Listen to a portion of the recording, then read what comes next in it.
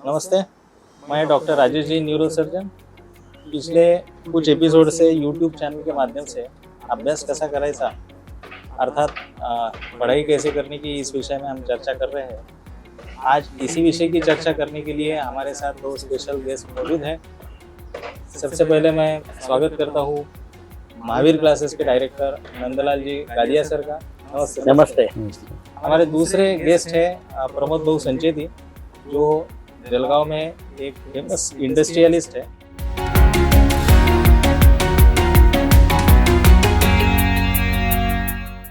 आज देखा जाता है कि ज़्यादातर बच्चे ध्यान रखने की कोशिश जरूर करते हैं, बट उनका वॉल्यूम भी ज़्यादा होता है पढ़ाई का, क्योंकि सारी कॉम्पिटिटिव एग्जाम सब देनी पड़ रही है बच्चों को।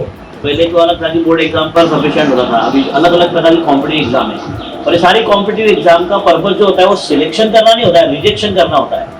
तो questions are design to reject the students, क्योंकि उनके सामने जगह कम होती है एडमिशंस के लिए, और स्टूडेंट्स इतने सारे होते हैं, तो उसको प्रश्न होता है कि भाई इजी क्वेश्चन पेपर निकालेंगे तो सारे आ जाएंगे, तो किस किस को फिर एडमिशन देंगे, तो रिजेक्ट कैसे करें ये प्रश्न है। तो day by day they are making question paper harder and harder.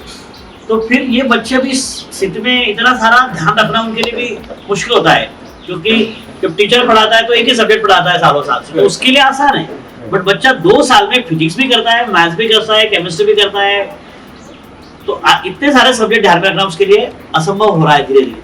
तो बच्चे भूल क्यों जाते हैं? अगर वो भूलना नहीं चाहिए, ध्यान रखना चाहिए, तो क्या आपका न्यूरो साइंस उसके लिए कुछ याद कर सकता है, याद रखने के लिए कैसे याद किया? बहुत अच्छा ये सवाल आपने पूछा, और इसके लिए हमको 1885 में जाना पड़ेगा। 1885 में एक जर्मन साइंटिस्ट था हर्मन एबिंगहॉस, इसने एक फॉरगेटिंग कर्व बनाया जो साइकोलॉजी में आज बहुत प्रचलित है। इसने एक law of forgetting curve, law of forgetting की हमारा ब्रेन कैसे भूलता है, अच्छा उसने एक कर्व बनाया, एक ग्राफिकल रिप्रेजेंटेशन दिया है, और वो कर्व एक्सपोनेंशियली डाउनसाइड है, मतलब रैपिडली उसका डाउनफॉल है। In other words what this scientist propose कि हम जो भी पढ़ते हैं पहली बार, कोई नया सब्जेक्ट हो सकता है, कोई नई स्किल हो सकती है, कोई नया विषय हो सकता है, उसको हमारा ब्रेन पहले 24 से 48 घंटे में ऑलमोस्ट 50% भूल जाता है। तो 50% हमारी जो मेमोरी वो पहले 24 से 48 घंटे में वाइप ऑफ हो जाती है, और बाकी बची कुछ जो मेमोरी वो हफ्ते 10 दिन में पूरी तरह से निकल जाती है। ये फॉरगेटिंग कर्व है। अब इसी को हम अगर स्टडीज़ में वो विषय मेमोरी में किस तरह से भूले बगैर हम स्टोर कर सकते हैं, इसको जानने की कोशिश करें, तो एक स्पेस्ड रिपीटेशन का इसको सॉल्यूशन दिया गया है न्यूरोसाइंस में। और स्पेस्ड रिपीटेशन ये कहता है कि हम अगर वही चीज़, वही विषय, वही स्किल 24 to 40 आवर्स 8 आवर्स में पहली बार उसको एक रिवीजन दे, ब्रीफ रिवीजन, एक सेकंड रिवीजन हम हफ्ते भर में या 4 या 5 दिन में दे, और third revision 2 weeks to 3 weeks में अगर देते हैं, तो फिर ये 2 से 3 रिवीजन से हमारा ब्रेन लॉन्ग टर्म मेमोरी में उस विषय को कंसोलिडेट कर देता है। इसी की वजह से हम देखते हैं कि बचपन में हमने उजळणी टेस्ट, उजळण्या मराठी में जब थे तो उजळणी चाचणी म्हणायचे त्याला, या फिर जो भी रिवीजन टेस्ट रहती थी या जो भी यूनिट टेस्ट रहती थी, ये हमारे स्कूल में, कॉलेजेस में चलते आ रहे हैं, और आज भी सर बहुत सारे टेस्ट लेते होंगे और सभी बच्चे टेस्ट देते हैं। टेस्ट देने का मतलब यही है कि हम उस विषय को रिवाइज करें। तो revision makes man perfect, practice makes man perfect. तो वही चीज़ अगर आप डेली बेसिस पे करते हैं और उसको रिवाइज करते हैं, तो it goes into your long term. अच्छा, मतलब आपके हिसाब से उसको कोई भी टॉपिक अगर पढ़ने जाना है हमें टीचर के पास, तो पहले उसका प्रीव्यू कर लेना चाहिए, और पढ़ाने के बाद एक बार रिव्यू कर लेना चाहिए। तो प्रीव्यू और रिव्यू ये दोनों भी बहुत अच्छा काम कर सकती है। तो आप कर सकते हैं। एक इम्पोर्टेंट पॉइंट ये सब डिस्कशन में जो हमारे ब्रेन साइंस का बेस है या प्रिंसिपल है, उसको हम आज डिस्कस करे बगैर नहीं रह सकते, and that is neuroplasticity. And what is neuroplasticity? देखो, मैं जब पढ़ता था, स्टूडेंट था, एमबीबीएस पढ़ता था, तो हम मान के चल रहे थे, और मेरे को आई एम श्योर कि आप भी जब पढ़ते थे, तो कि भाई एक बार ब्रेन हमको जो मिला है हम उसी के साथ पूरा हमारा जीवन को जीना है, उसको चेंज नहीं कर सकते। जैसे व्यक्ति का स्वभाव बदल नहीं सकता, ब्रेन नहीं बदल सकता, और फिर जो मेमोरी हम लेके आए, जो इंटेलिजेंस लेके आए, हम उसी के साथ आगे जा सकते हैं। ये हमारे बचपन से फिर हमारे एडल्टहुड तक यही एक संकल्पना थी कि brain is having fix quality, उसको चेंज नहीं किया जा सकता। लेकिन सेकंड मतलब ये 20th सेंचुरी के पहले दशक से, मतलब 2001 में ये न्यूरोप्लास्टिसिटी का वर्ड रैचल करके एक अमेरिकन साइंटिस्ट है, उसने ये पॉइंट किया। और इसका मतलब सिंपल भाषा में अगर मैं आपको समझाऊँ तो जो कुम्हार है वो जो माटी का गोला है उससे अलग अलग तरीके की मूर्तियाँ या फिर एक घड़ा बनाता है। या फिर हमने देखा है कि हमारी मम्मी जो है किचन में, हमारी मदर, वो जो आटे का गोला है उससे चपाती भी बनाती है, उसके बाटी भी बनाती है, या उसके अलग अलग शेप के पदार्थ बनाती है।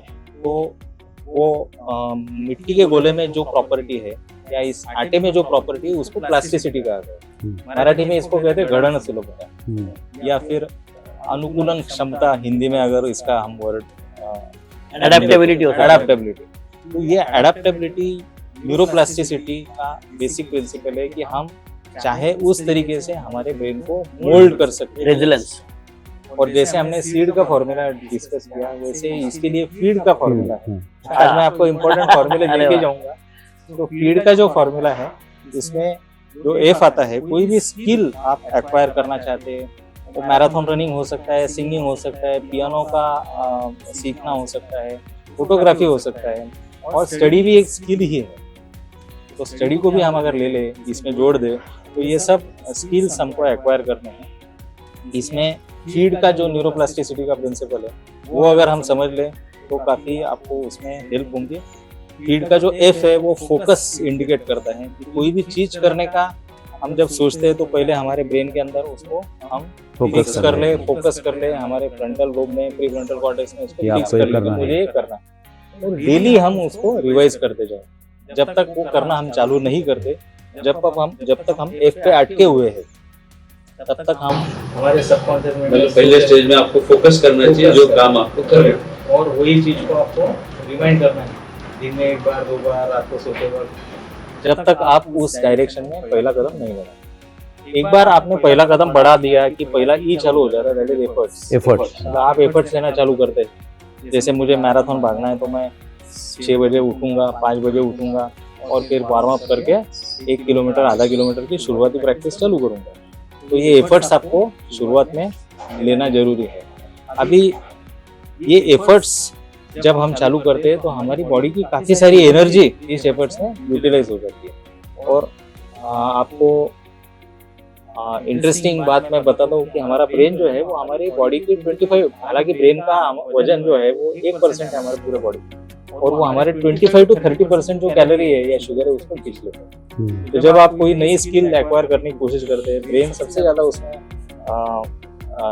यूटिलाइज होता है, और उसको जो एनर्जी लगती है उससे हमको थकान आती है। तो इसलिए हम जो भी स्किल एक्वायर करने की कोशिश करेंगे, पढ़ाई में थकान आती है, पढ़ाई क्यों इंटरेस्टिंग नहीं लगती, पढ़ाई करते करते सो जाते हैं बहुत सारे बच्चे। एनर्जी कंज्यूम करता है, एनर्जी कंज्यूम करता है, ब्रेन एनर्जी कंज्यूम करता है, और ये एफर्ट्स में ही काफ़ी सारे बच्चे उसको छोड़ देते हैं। मैंने सोचा मैराथन भागना 8 दिन 10 दिन भागूंगा, उसके बाद छोड़ दिया। मैंने सोचा कि सिंगिंग सीखना 15 दिन, महीना भर चलेंगे, ये ड्रॉप आउट हो जाता है, जिसको हम ड्रॉप आउट करके कहते हैं। ड्रॉप आउट का कारण है कि हम एनर्जी जो एक्सपेंड करते हैं उस चीज़ को सीखने के लिए, उसमें हमको थकान आती है और हम उसको छोड़ देते हैं, और एक बोरियत आ जाती है हम। जो दूसरे ई को जाने में सफल होता है, that is effortlessness. Second is effortlessness, कि 3 महीने से 6 महीने 9 महीने अगर रेगुलरली थकान आने के बावजूद आप आपका लॉजिकल ब्रेन यूज करेंगे कि नहीं मुझे करना है, तो फिर आपका सेकंड ही अचीव होता है, दैट इज एफर्टलेसनेस।